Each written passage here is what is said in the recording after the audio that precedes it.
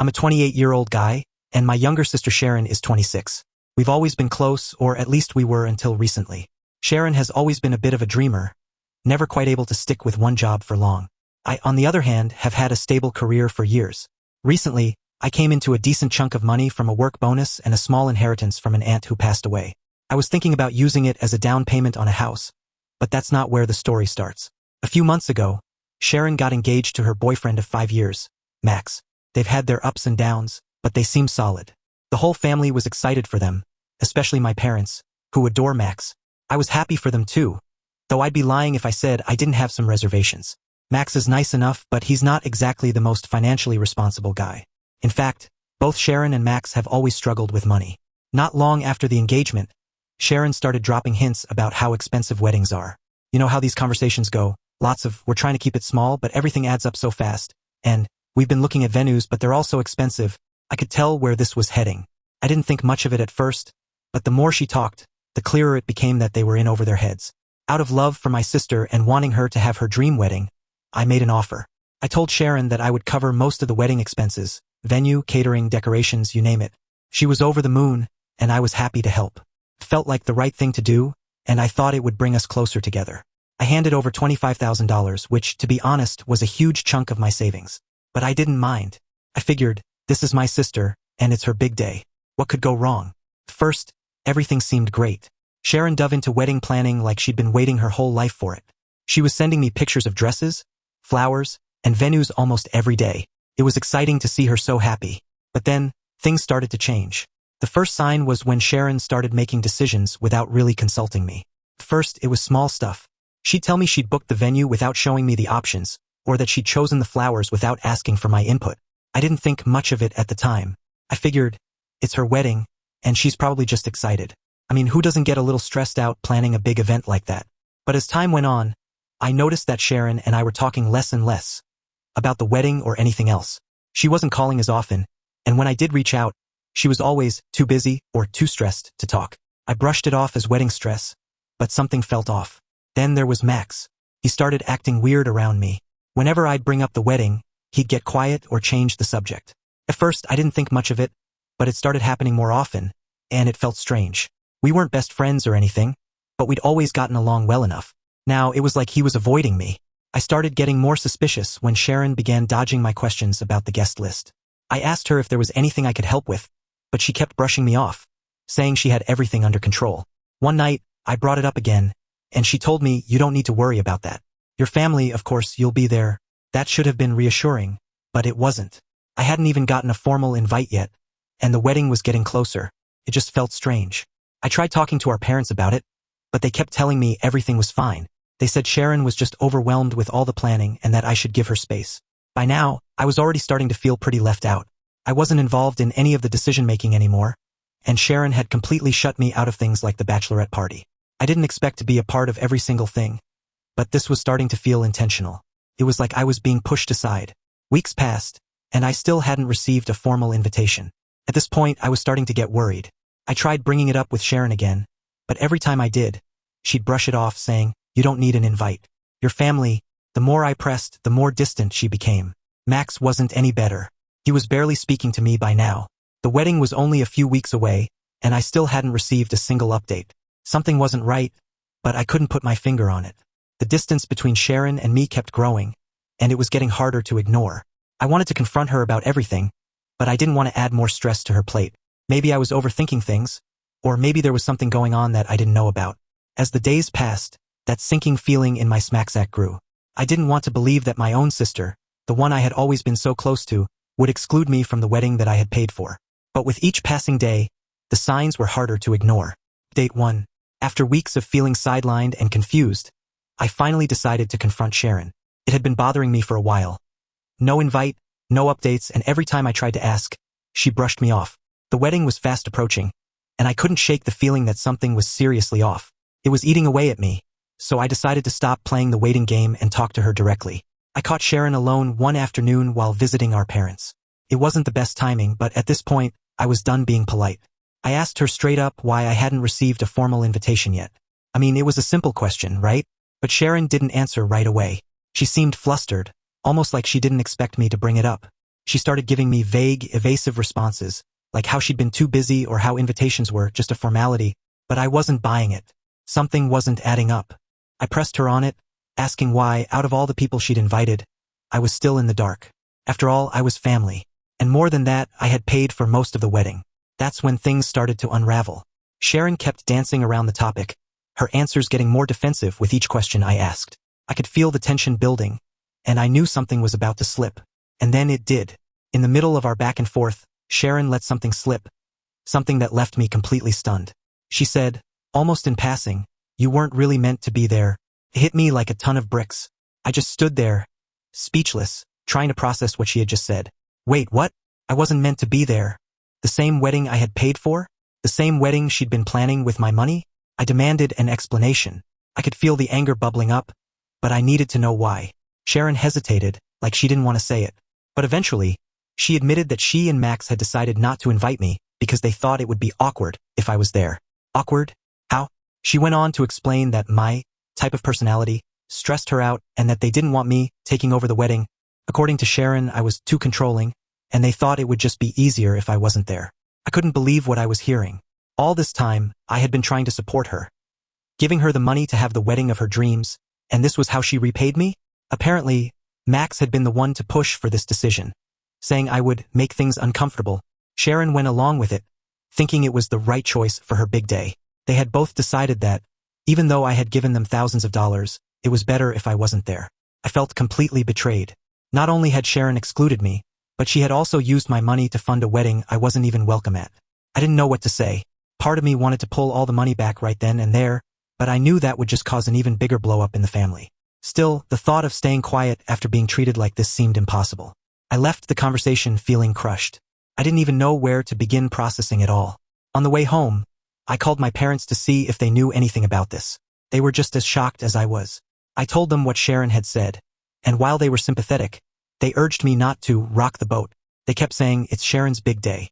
You should just let it go for the sake of keeping the peace in the family. But how was I supposed to let it go?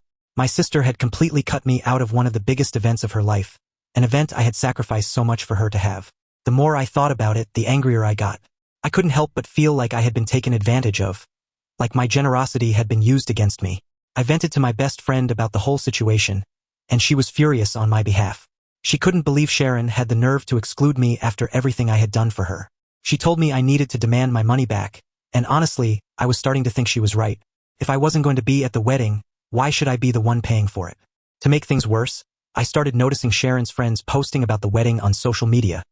Pictures of dress fittings, planning parties, and other events that I hadn't been a part of. It was like they were all in on something I wasn't. It was humiliating, seeing all these updates and realizing just how far Sharon had gone to keep me out of the loop. At that point, the resentment was building. I wasn't just angry about being excluded. I was angry about how casually my sister had taken advantage of my generosity.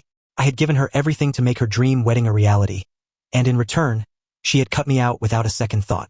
I knew I couldn't let it go. Something had to be done. But confronting Sharon again would mean risking a full-blown family fallout, and I wasn't sure if I was ready for that. I felt stuck, unsure of what my next move should be. But one thing was clear. I wasn't going to sit by and let this happen without doing something about it. Update 2. After what happened during my confrontation with Sharon, I knew I couldn't just sit back and let it slide. The more I thought about it, the more it became clear. If I wasn't going to be part of the wedding, I wanted my money back. I'd been generous, too generous, and the fact that they decided to exclude me from something I'd helped fund was infuriating. So, I decided to meet with Sharon one last time, but this time I had a clear goal in mind. Get my $25,000 back. I arranged to meet Sharon at a cafe in the middle of town, thinking a neutral setting would help keep things calm. I didn't want to go in guns blazing, but I was determined to get some answers and my money back.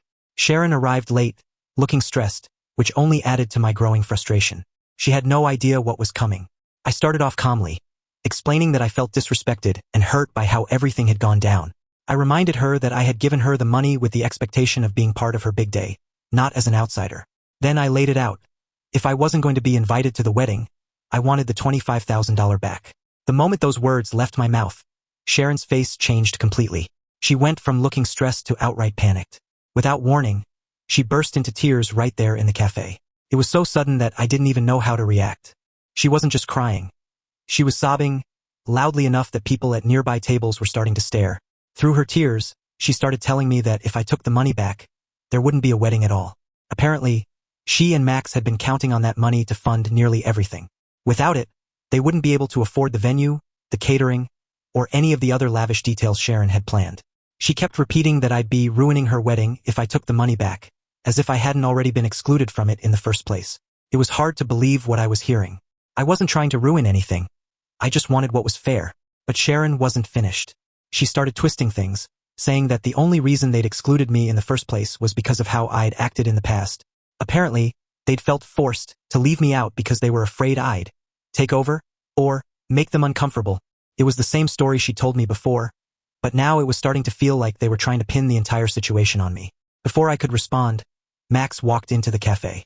I hadn't expected him to show up, but it quickly became clear that Sharon had told him about the meeting.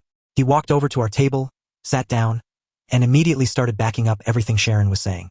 Max claimed that I'd been holding the money over their heads from the start, as if my financial help had come with strings attached. I was floored. The conversation escalated quickly. Max wasn't just backing Sharon up. He was getting aggressive. He started accusing me of being manipulative, saying that by demanding the money back, I was trying to control their lives. He even threw out the idea that if I went through with this, they'd cut me off completely. He said something along the lines of, "If you want this to be the hill you die on, don't expect to be part of our lives when we have kids." It was like a gut punch. I hadn't even thought about that possibility. They were talking about completely cutting me out of their lives over this. I could see the whole thing spiraling, and I didn't know how to stop it. The tension between us was thick, and the idea of losing my relationship with Sharon for good started to sink in. Sharon wasn't helping matters either. She kept pleading with me, saying that I shouldn't ruin her wedding over what she was calling hurt feelings. She begged me not to take the money back, painting herself as the victim in all of this. It was hard to listen to her twist things that way. But at the same time, I couldn't help but wonder if I was being unreasonable. Was I really the one causing all this drama? I started doing the math in my head, realizing just how much I'd be losing if I didn't get that money back. It wasn't just a few $100s. This was my down payment for a house, my savings. I'd worked hard to set that money aside, and now it was tied up in a wedding that I wasn't even invited to. But Sharon kept pushing, making it seem like I was destroying her future by demanding it back. I reached my breaking point. I told Sharon that she had two options.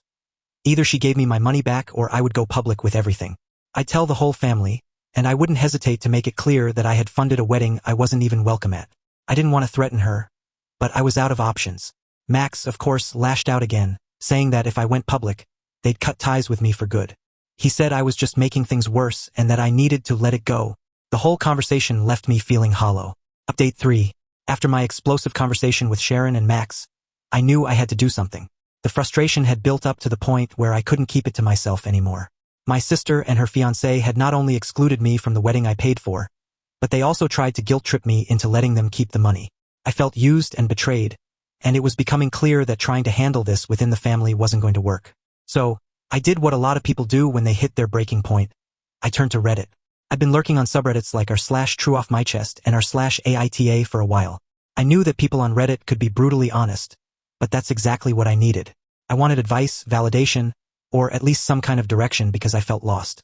I carefully wrote out my post, making sure to leave out personal details like real names or locations. But I laid everything else bare. I explained how I'd given Sharon $25,000 to fund her dream wedding, only to find out later that I wasn't even invited. I mentioned how they'd accused me of being too controlling, and how they both tried to manipulate me when I demanded my money back. I hit post and immediately felt a wave of anxiety. Had I done the right thing? Would people side with me? Or would they think I was overreacting? I had no idea how this was going to play out. It didn't take long for the responses to start pouring in. At first, it was just a handful of comments, but within a couple of hours, my post had blown up.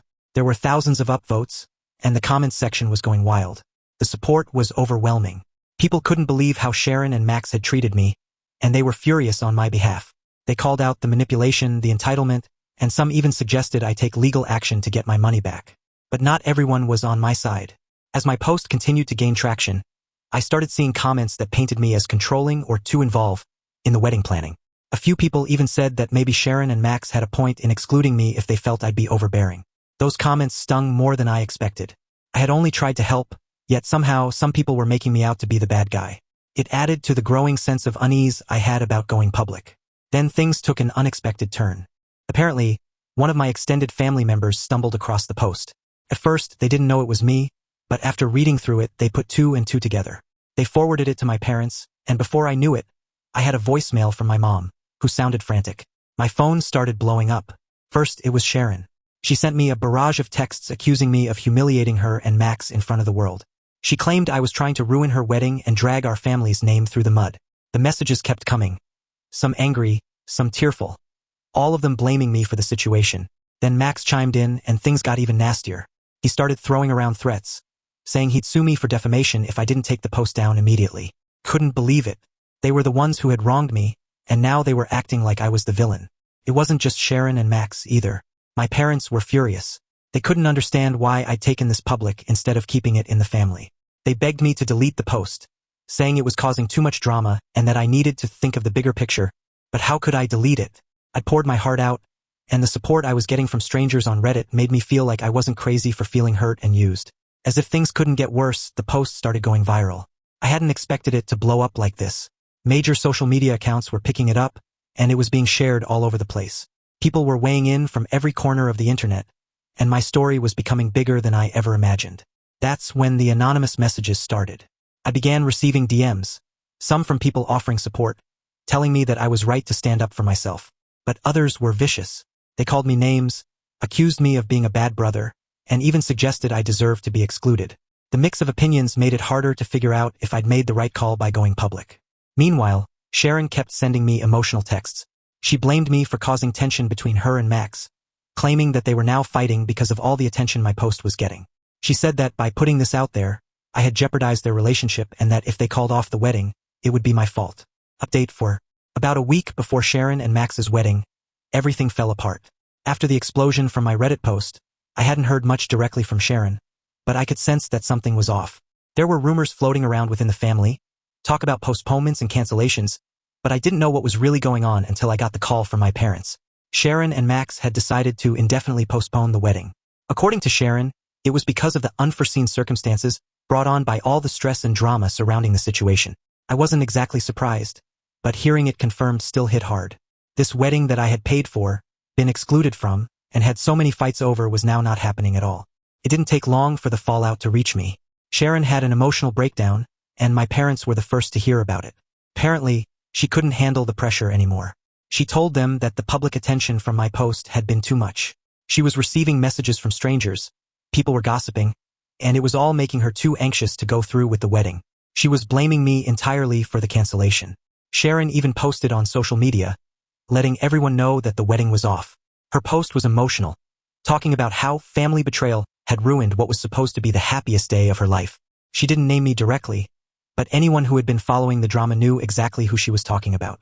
Her friends and followers jumped in, offering sympathy and condolences. Some even hinted that they knew who the betrayer was. The blame was squarely on my shoulders now. Reactions from the family were mixed. Some relatives reached out privately to tell me they understood why I did what I did. Others, not so much. I started getting cold messages implying that I had gone too far by airing our dirty laundry in public. One cousin bluntly told me I had ruined everything and that Sharon's emotional state was all my fault. Family gatherings became a minefield of whispers and sidelong glances. People who once treated me warmly were now distant, unsure how to approach me. My parents were devastated. They couldn't understand why things had escalated so far. They believed that the wedding would have gone off without a hitch if I had just stayed quiet. They didn't say it outright, but I could tell they blamed me too. There was this undercurrent of disappointment in every conversation we had. It hurt seeing them pull away from me like that. Then there was Max. While Sharon was emotional and public about her breakdown, Max remained in the background. But rumors started spreading within the family. Apparently, Max wasn't handling the stress well either, and people began to suspect he was reconsidering the entire relationship. Word got around that he was upset about how Sharon had dealt with everything, blaming her for not convincing me to take the post down sooner. Whether or not they would still get married became a question mark hanging over everything. The tension boiled over during a family meeting. My parents called it, hoping to resolve things, but it was a disaster from the start. Sharon came in already upset, accusing me right off the bat of deliberately trying to sabotage her wedding out of jealousy. She didn't hold back, saying I had blown everything out of proportion and turned what should have been a small issue into a massive public spectacle.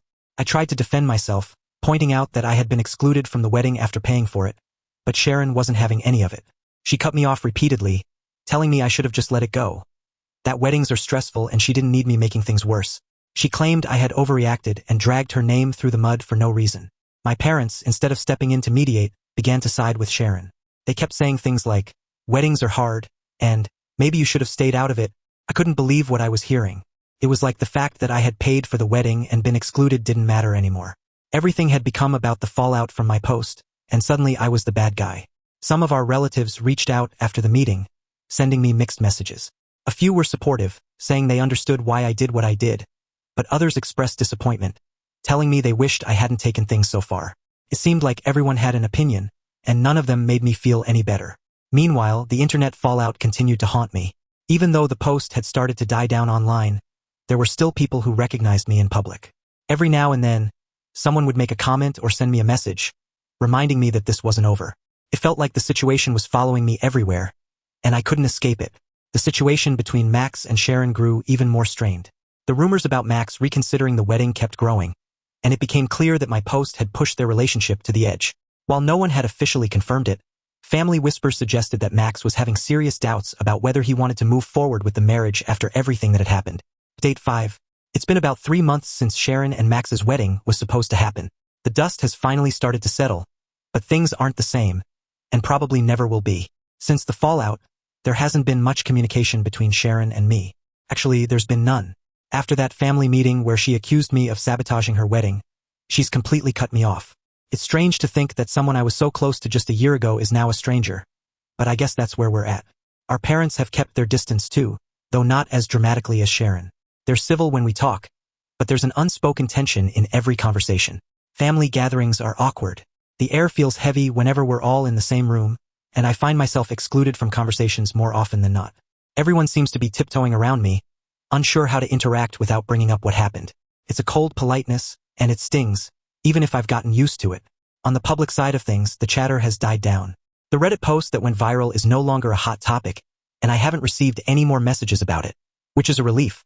For a while, I couldn't escape it. People online, family members gossiping, even random strangers bringing it up in public. But now, it seems like everyone has moved on. I'm grateful for that part, at least. As for Sharon and Max, there are rumors swirling that the wedding is off for good. I haven't heard it directly from Sharon, but our cousin mentioned that they've been fighting non-stop since the whole drama unfolded. Apparently, without the wedding funds and with all the tension, they're struggling both financially and emotionally. It seems like the wedding and possibly the relationship may not survive. There's still no apology from Sharon. I've given up expecting one. Even though she was the one who excluded me from the wedding I paid for, she seems to have convinced herself that I'm the villain in all of this. I doubt she'll ever admit she was wrong, and honestly, I'm not sure what good it would do at this point.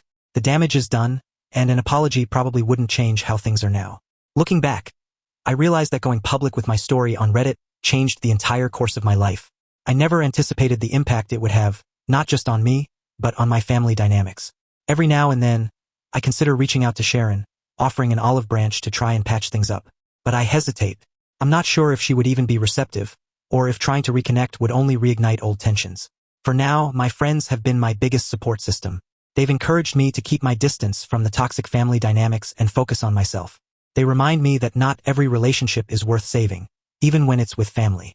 So that's what I'm doing, focusing on myself. I've thrown myself into work and started rebuilding other relationships in my life. I'm putting energy into friendships that aren't clouded by drama and tension. It's not easy, and there are still days when I think about what happened and wonder if things could have been different. But I'm moving forward slowly but surely. In the end, family relationships are complicated. What happened with Sharon showed me that standing up for yourself, even when it's the right thing to do, can come with consequences you never see coming.